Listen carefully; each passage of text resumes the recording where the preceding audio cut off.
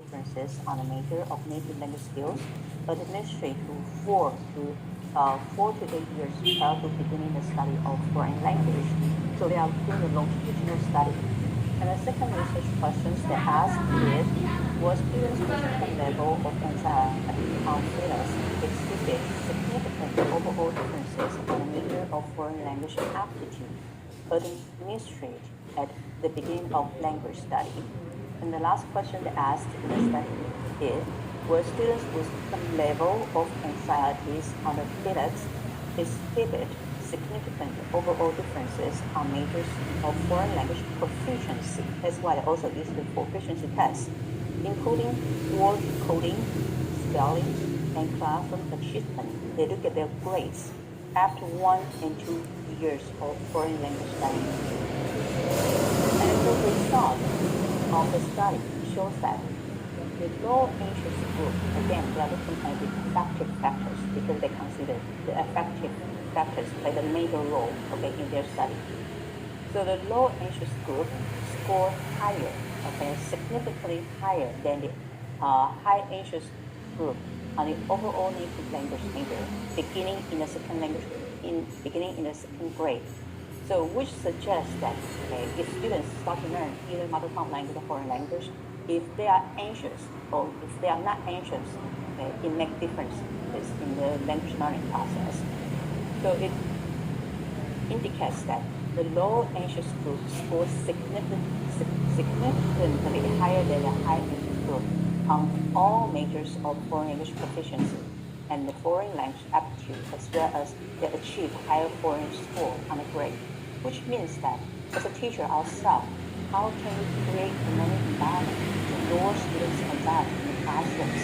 If we give a lot of tests in the classroom, then we may create higher interest, or maybe tension to the students.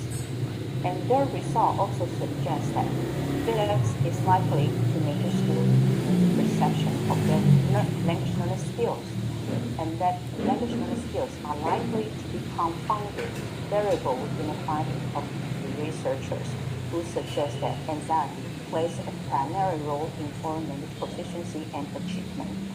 So in the following study, two scholars from Taiwan, they have done a very similar research, and they look at the relationship between foreign language anxiety and the language learning difficulties. And in their studies, they investigate the possible existence of the causal links between anxiety and language learning difficulties by using foreign language classroom anxiety scales, which was also created by Walsh in 1986. And they asked two specific questions. The aim of the study was first to explore the relationship between foreign language learning difficulties and anxiety. And then the second, they want to consider and they consider more comprehensively about what learning difficulties characterize may contribute to the anxiety encountered by the college students who are learning English in Taiwan. And in their study, they found out that anxiety leads in language learning and performance. And this is posed by in 1989. And again, the other findings also imply that students encountering greater difficulties with foreign language learning also experience higher levels of anxiety. And this is especially true with the history of foreign language learning difficulty, which means that students who has learning experience and their learning experience has been negative or who have suffered low grades are more prone to anxiety. And let's keep those issues in mind. So in the findings, they suggest that teachers who are strongly urged to aim at improving students' self-perception of proficiency by focusing on positive experience. So which means that in the classrooms, we need to try to encourage students, try to encourage students and try to give them more positive feedback than negative feedback. Try to bring in a positive learning environment or atmosphere in classrooms.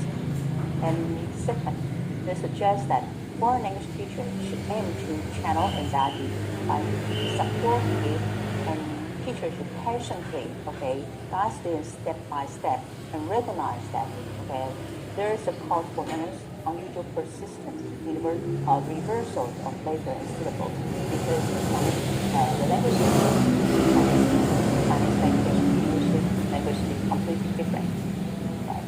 And the third, they suggest that accommodations.